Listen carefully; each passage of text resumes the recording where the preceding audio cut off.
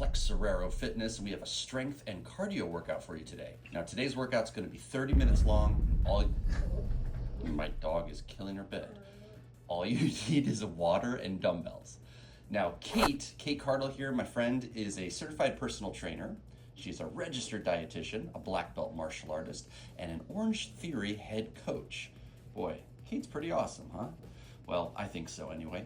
She's going to be taking you through today's workout. So let's get ready to learn all the exercises. So exercise number 1 is a suitcase reverse lunge to a forward lunge and press. If you notice, Kate is on a plate. You don't need to do that. I've asked her to do that for a greater challenge of stability. If you have something to elevate yourself on and you want a little more range of motion in your lunges, just make sure it's something safe, if not a plate.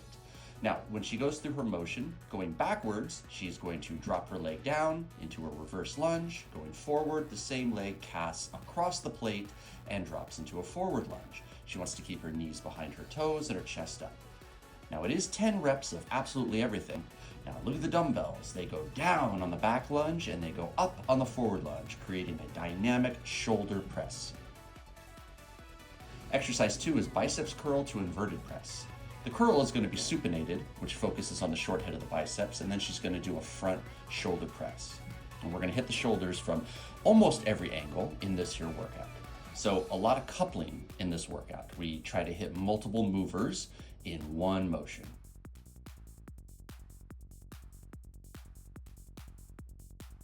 Now we have a goblet squat, and she's going to step together on the plate and then off the plate. So notice how she's offset right now. Chest is up, hips hinge back, and the dumbbell's held mid-chest. She's on and off to the other side.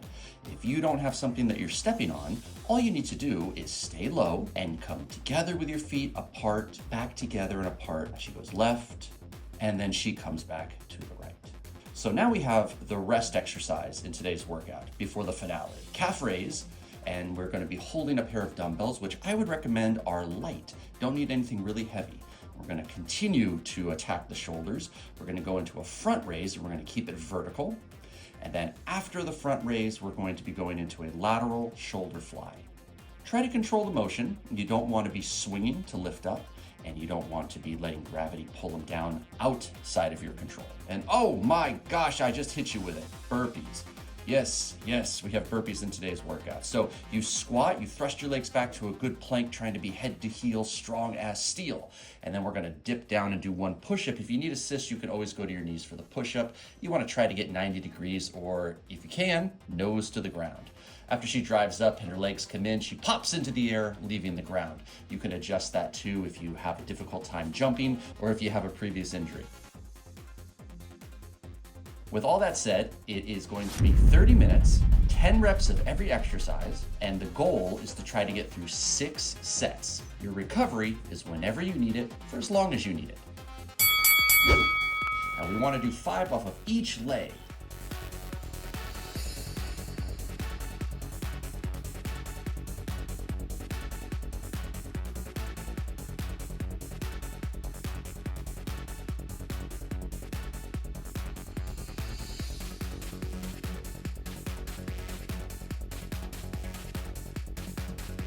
Now I'm going to click a little start bell, and the reason I'm going to do that is so you know where Kate is at. So you are going to be able to set your own pace. You don't have to stay with Kate, okay? But you're all working out together. So if she gets ahead of you or you need more rest, that's all right. The only reason I'm having that bell is so that you know where she's at. And as we go, I'll give you some information on the benefit of these different exercises.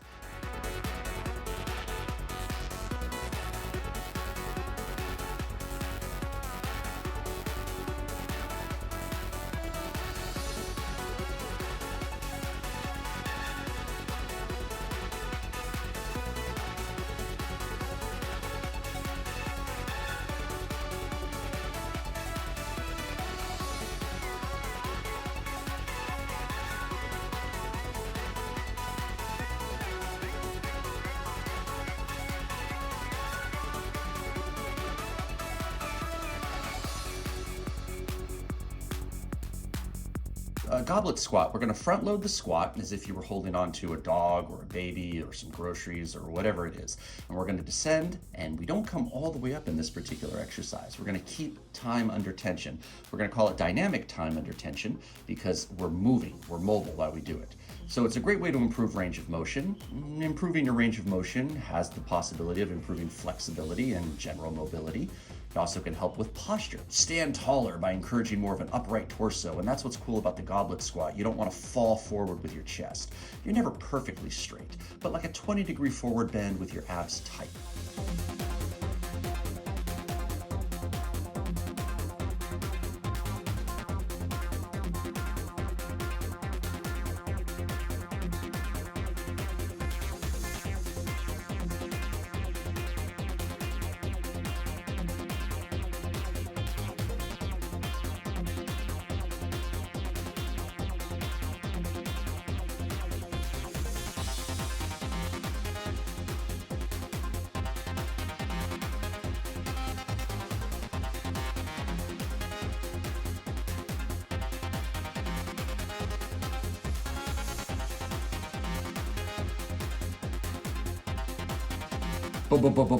Burpees! Oh my dear goodness. Everybody loves burpees, right? I know, they're very, very challenging. But the more you do them, the better you become, and you don't need any equipment, and they are one of the cornerstones of physical fitness because they're great for cardiovascular health. They help to build strength, endurance. It's a full body workout, targeting multiple muscle groups at once. And it's good for agility as well. You can become more agile and coordinated by doing burpees. They'll improve your balance, and they're explosive. So they help you to develop faster arms, faster legs, faster total body movement. You gotta get up, you gotta go, right? You do boxing, you wanna be able to punch fast and last longer.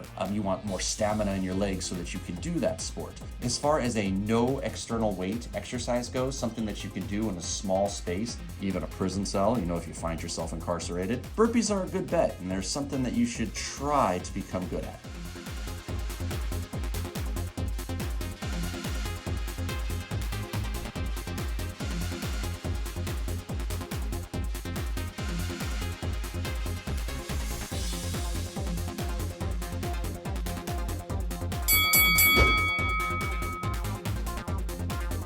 I was taught that reverse lunges are a unilateral exercise, meaning that they work one side of the body at a time. I really don't think that's 100% true because both your legs are getting work. It's just one side is a little more emphasized. Now, they help to strengthen the muscles that stabilize the body, your legs and your core muscles. And that in turn helps balance and coordination. So when you have better balance and coordination, theoretically you could have a reduced risk of injury.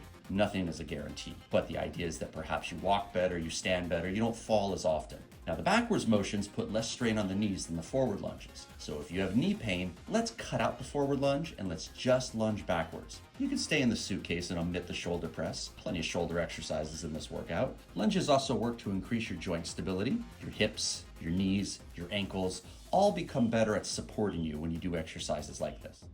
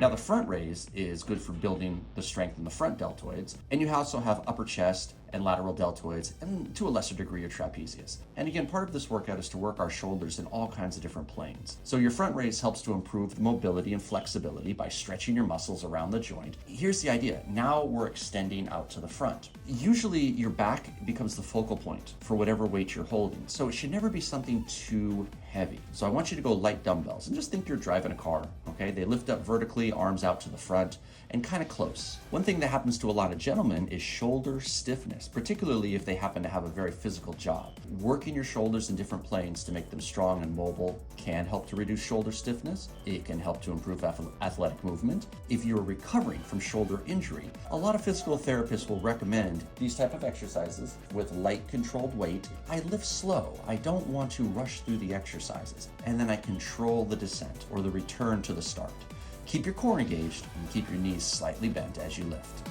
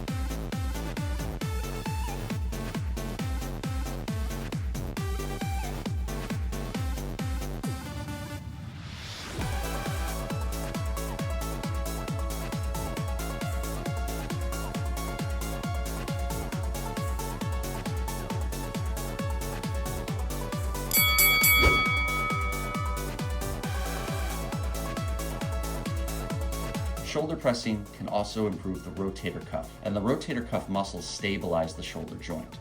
And that helps to maintain proper alignment when you go to move your arm, and theoretically it can prevent injury. I say theoretically because there is no guarantee on preventing injury, but being healthy, being strong, being fit, being mobile does help to prevent people from having things get tweaked out of place or strained.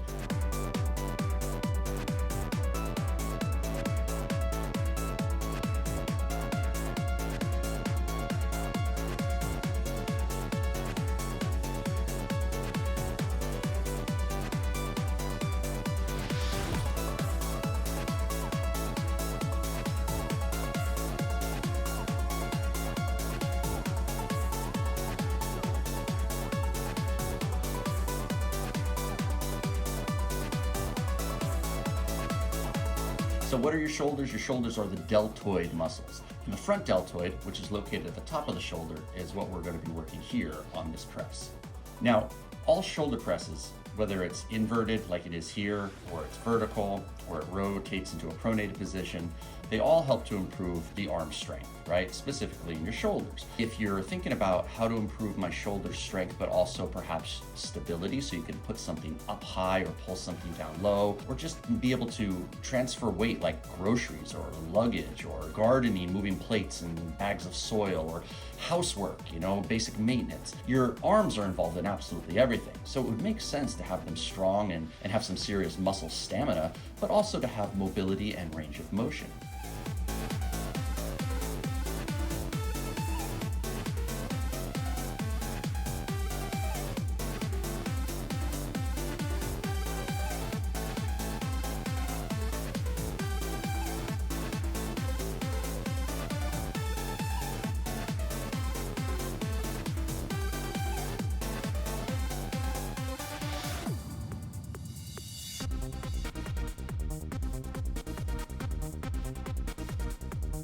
Calf raises are great for ankle stability, so they're going to strengthen the muscles, but also tendons and ligaments around the ankle. And that can help to prevent injuries like sprains or even breaking an ankle. It'll improve your posture. Your gastrocnemius and soleus muscles in the calves are important for maintaining proper posture. It absolutely helps athletic performance because strong calf muscles can help you to have better running mechanics. Theoretically, you could run faster or even jump higher. And of course, injury prevention, because strong calf muscles are less likely to get injured. You can also improve your blood flow. My wife is a cardiac nurse, and one of the things she tells her patients who aren't as ambulatory as other folks is to sit in a chair and just do calf raises so they can improve the blood flow in their legs. Also, having strong calf muscles can reduce stress on your Achilles tendon. Sometimes it's nice to think, okay, this challenge will make me stronger. This challenge is so I don't fall. This challenge is so I don't sprain or break. This challenge is so I can keep what I got, or I can become better, the next best version of myself.